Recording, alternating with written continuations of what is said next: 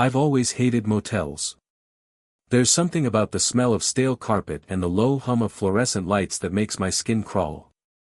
But that night, I didn't have much choice. It was already past midnight, and the nearest hotel was an hour's drive away. I was on a cross-country drive, and the fatigue was starting to take its toll. The sign for the motel flickered as I pulled into the gravel parking lot. "Welcome in," it read in crooked, neon letters. It didn't look like much, old, run down, but the price was right. I figured I'd get a few hours of sleep and hit the road again at dawn. As I walked up to the front door, a bell jingled, and I was greeted by a tall, thin man behind the desk. He didn't look like he'd seen much sunlight in a while, his skin was pale, and his eyes, well, they had this hollow look to them. "Checking in?" he asked, his voice dry like he hadn't spoken in days. I nodded, trying to keep things casual. The less I interacted, the better. "Just one night," I said, handing over my ID. He gave a slow, almost unsettling smile and handed me the key, real metal, not one of those plastic cards. "Room 12, he said, his eyes lingering on mine for a moment longer than was comfortable. "It's down the hall, last door on the left." I muttered a thanks and took the key, feeling a chill run down my spine for no reason. The hallway was dimly lit, and the old carpet squished under my boots as I walked toward the room. A strange feeling settled over me, like I was being watched. I shook it off. It was probably just the isolation. When I reached the door to room 12, I noticed something odd. There were fresh scratches on the doorframe, like someone had tried to pry it open. I paused for a moment, considering the possibility that this place might be sketchier than I thought. But I was tired, so I pushed the thought aside and slid the key into the lock. The room was, exactly what you'd expect. A small bed with a lumpy mattress, a cheap TV, and an old-fashioned bathroom that looked like it hadn't been cleaned in years. The air smelled musty, and the thin curtains barely blocked out the streetlight outside. I sat down on the bed, letting the exhaustion take over. But as I lay there, trying to get comfortable, something strange happened. The TV flickered on by itself, showing nothing but static. The sound was loud, jarring, and I felt a twinge of unease. I reached for the remote, but it was gone. That's when I heard it. A faint, scraping sound from the corner of the room. It was soft at first, like nails on wood, but it grew louder with every passing second. I froze. It wasn't the pipes or the wind. No, this was something deliberate. I turned my head toward the corner where the sound was coming from, but all I saw was the old wardrobe, its door slightly ajar. My heart started racing. I couldn't ignore it. I had to check. I stood there for a moment, staring at the wardrobe. The scraping sound had stopped, but the silence that followed felt even more suffocating. My mind raced, trying to come up with an explanation. Could it be a rodent? Maybe something stuck behind the furniture. But the longer I stood there, the more the air in the room felt wrong. It wasn't just the stale smell or the dim lighting, it was heavier now, thick with tension. I took a few cautious steps forward, my breath shallow, and reached for the wardrobe door. As soon as I touched the handle, the scraping started again. This time, it was faster, more frantic, like something, or someone, was trying to get out. I yanked the door open, and for a split second, I thought I saw movement in the dark space behind the clothes. My heart skipped. But there was nothing. The wardrobe was empty. Relieved, I took a deep breath. Maybe I was just imagining things. But then, just as I was about to close the door, I saw something. A small scrap of paper, wedged in the corner of the bottom shelf. I reached for it, unfolding it slowly, almost afraid of what I might find. The message was simple, scrawled in hurried handwriting, "Get out. They're watching." My stomach twisted. I glanced around the room, my pulse racing. Who had left this note? And why did it feel like I wasn't alone? I wanted to leave, but I couldn't bring myself to. I was too curious, too unsettled. I needed to know what was going on. Maybe it was just a prank. Or maybe I had stumbled into something far worse. I shoved the note into my pocket, the hairs on the back of my neck standing up as I scanned the room. It felt colder now, like the temperature had dropped several degrees in an instant. I couldn't shake the feeling that I wasn't welcome here. There was no more scraping from the closet, but the atmosphere had shifted. Something was definitely wrong. I couldn't stay in that room any longer. The tension was unbearable. The weight of it was pressing on me, making it hard to breathe, like the walls themselves were closing in. I needed air. I needed to get out. I grabbed my jacket and stepped into the hallway, the fluorescent lights above flickering in a way that felt unnatural. The entire corridor felt too quiet. Too still.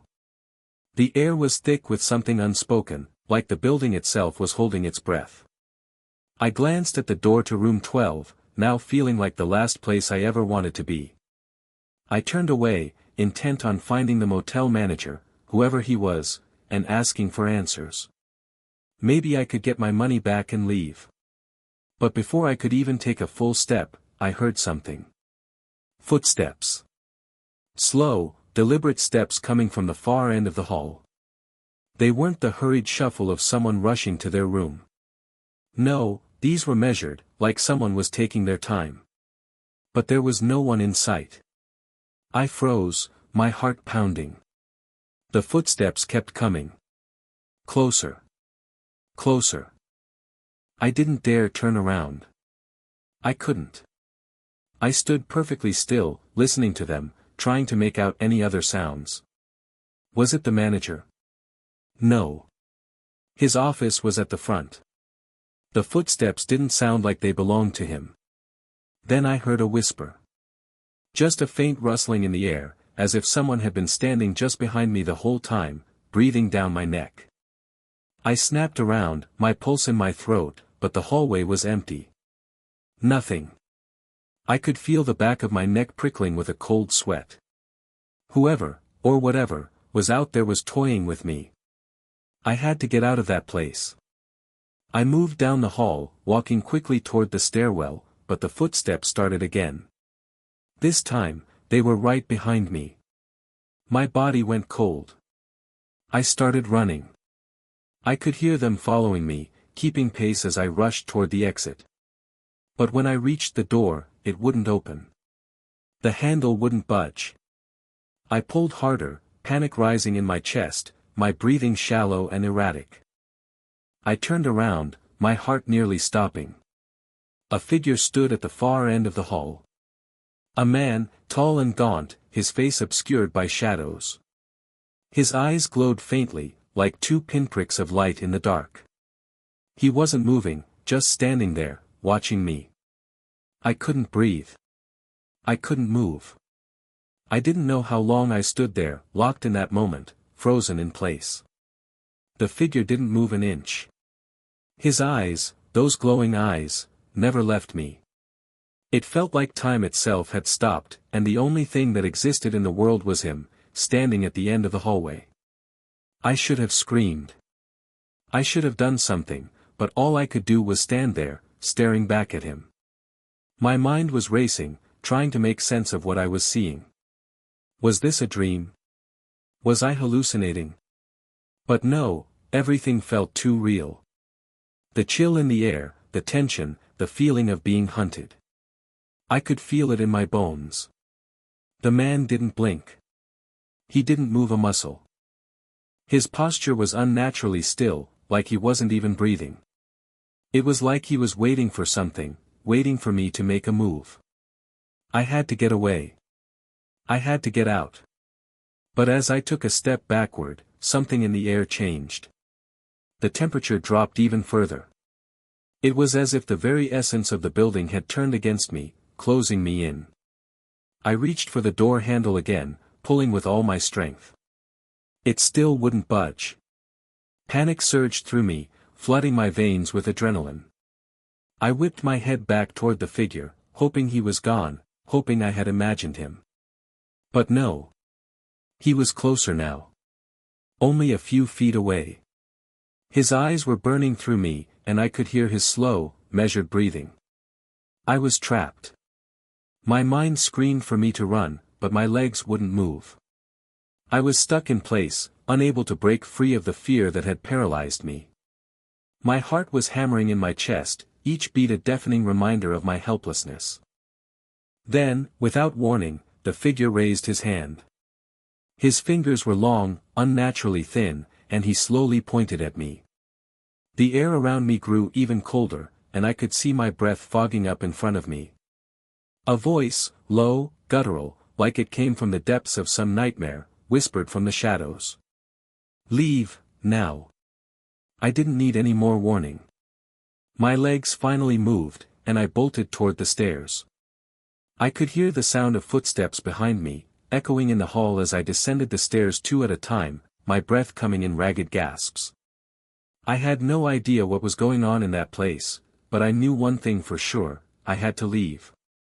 I hit the bottom of the stairs, my feet skidding across the old tile floor as I scrambled toward the exit. My mind was a mess, my thoughts tangled in panic, fear, and disbelief. I just had to get out of there. I didn't care where I went, as long as it wasn't back into that cursed motel. I reached the door, my hands shaking as I gripped the handle. I twisted it, desperate for escape, but again, it wouldn't budge. The lock. I hadn't noticed it before, but now it was clear. A thick, rusted bolt was across the door, holding it shut from the inside. I stepped back, my breath ragged, trying to think.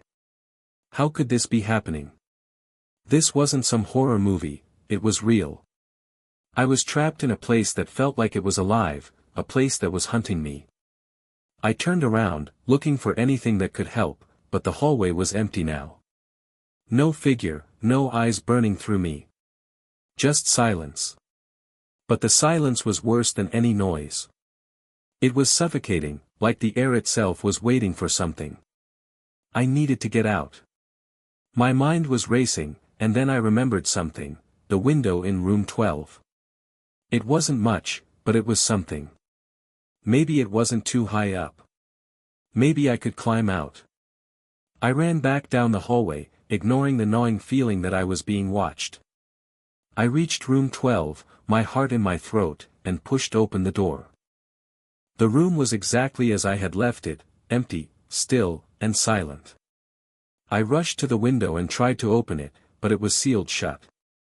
My hands were trembling as I pulled at the frame, but it wouldn't give. I felt something behind me, cold, like a shadow slipping up my back.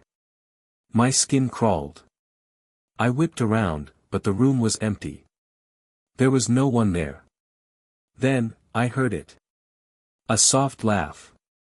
Almost like a whisper, but it echoed in my mind, making my blood run cold. "You should have left," I froze. The voice was familiar, but I couldn't place it. It was the same voice I had heard in the hallway, the one that had whispered "leave, now." But this time, it sounded closer, like it was right behind me. I turned slowly, and there he was. The man. Standing in the doorway, his eyes glowing with that same unnatural light. He stepped forward, his lips curling into a sickening smile. "You're not going anywhere," he said. I didn't wait to hear anything else. I didn't stop to think.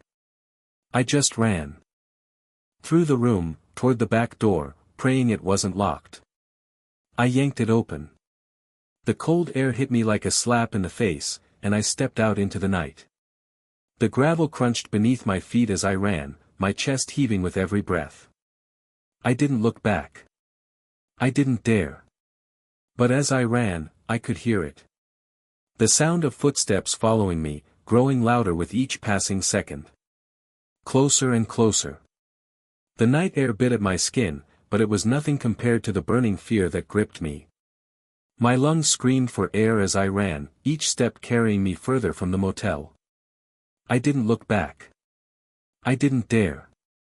But the footsteps, they were still there, just behind me, matching my pace as if the figure knew exactly where I was going. My heart hammered in my chest, and I was sure I was about to collapse from the exhaustion, but I couldn't stop. I couldn't give in.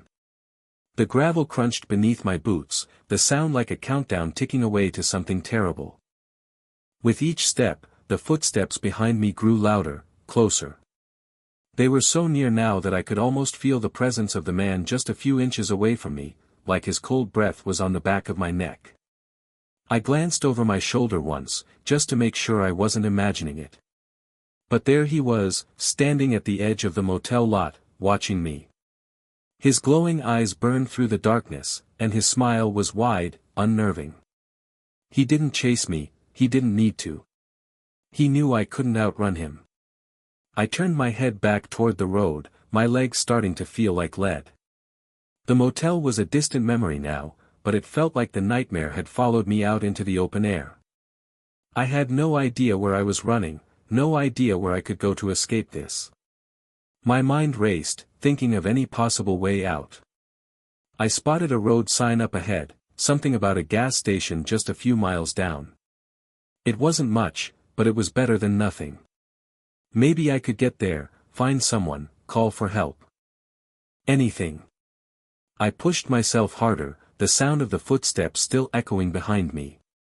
But as I got closer to the road sign, a sudden gust of wind slammed into me, pushing me off balance. I stumbled, my feet slipping on the uneven ground, and for a moment, I thought I was going to fall. When I caught myself, I glanced back, and that's when I saw it.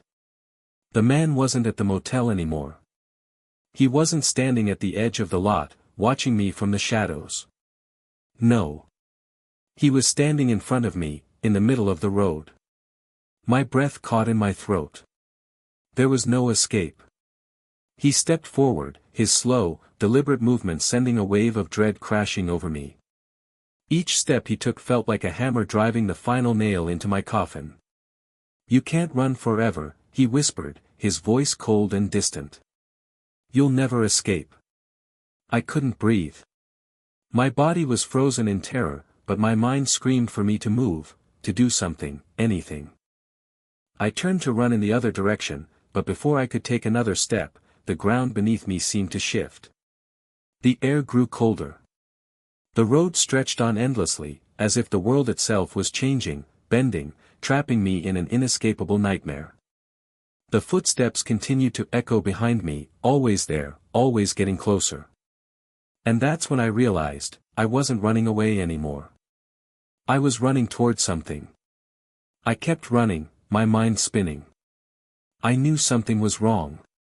The road was stretching longer and longer, twisting and turning in unnatural ways. It felt like I was caught in a loop, like I was running towards something, but no matter how fast I moved, I couldn't get any closer to it. The motel, the man, the footsteps, everything felt so real, but now the world itself felt unreal, like I had stepped into a nightmare that wouldn't end.